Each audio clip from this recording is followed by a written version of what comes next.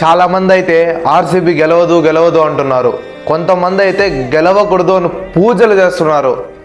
గెలవకపోతే ఏమవుతుందో తెలియదు, కానీ ఒక్కవేళ ఆర్సీబీ గెలిచిందే అనుకో, ఇండియా మొత్తం ఆరాజకం చూడబోతుంది. గ్రౌండ్లో 18 ఏళ్లుగా ఆకలితో, పరాభవంతో, విమర్శనలతో కూర్చున్న ఒక సింహం జూలు బిగించి గర్జిస్తుంది.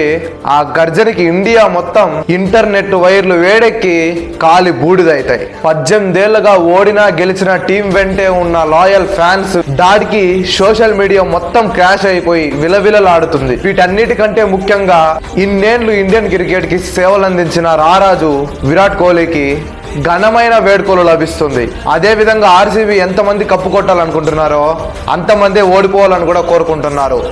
ఒక్కవేళ ఆర్సీబీనే విన్ అయితే ఆర్సీబీ ఫ్యాన్స్ చేసే సెలబ్రేషన్స్ ఎలా ఉంటాయో కామెంట్ చేయండి.